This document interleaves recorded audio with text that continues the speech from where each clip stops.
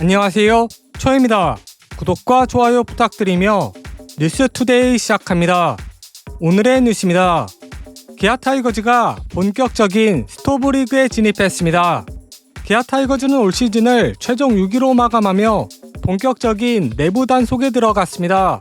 특히 최근 16일에는 김태근 선수와 단연 계약을 체결하며 포수 보강에 성공하였고, 어느 팀보다 최대한 발빠르게 움직이며 내년 시즌을 준비하겠다는 굳은 의지를 드러냈습니다.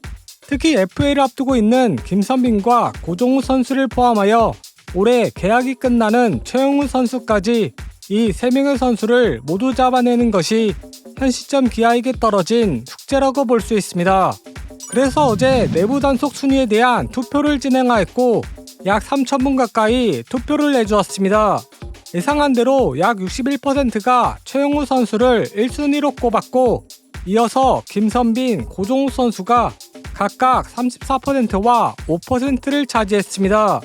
사실 1순위를 차지한 최용우 선수의 경우 올 시즌을 끝으로 3년 47억 원의 FA 계약이 만료되지만, FA를 재취득하기 위해서는 4년을 채워야 하기에 내년까지 최용우 선수의 보류권은 기아가 가지고 있습니다.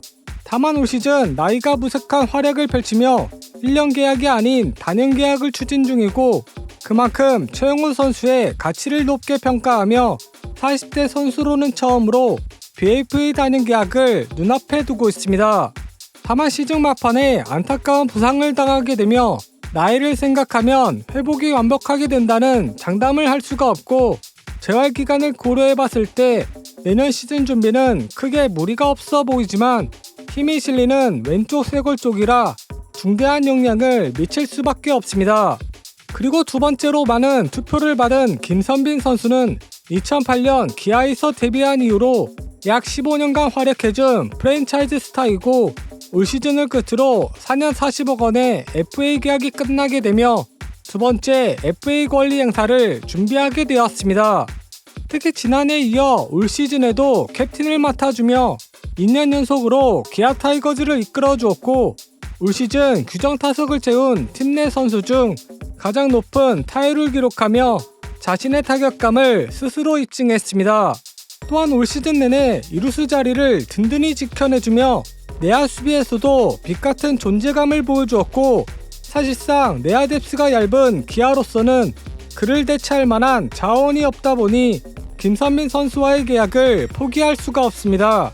다만 김태근 선수와 3년 총액 25억 원의 계약을 체결한 만큼 김선빈 선수에게도 두둑한 금액을 챙겨줘야 하기에 30대 중반의 내야수에게 얼마나 챙겨줘야 할지가 가장 큰 변수로 작용하기 시작했습니다.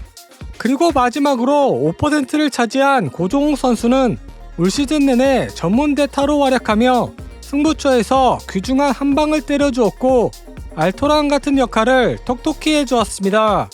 특히 시즌 초반에는 나성원 선수의 빈자리를 메워주었고, 시즌 후반에는 최용우 선수의 지명타자 자리까지 채워주며 올해 고종우 선수의 활약은 알게 모르게 팀에 많은 도움을 주었습니다.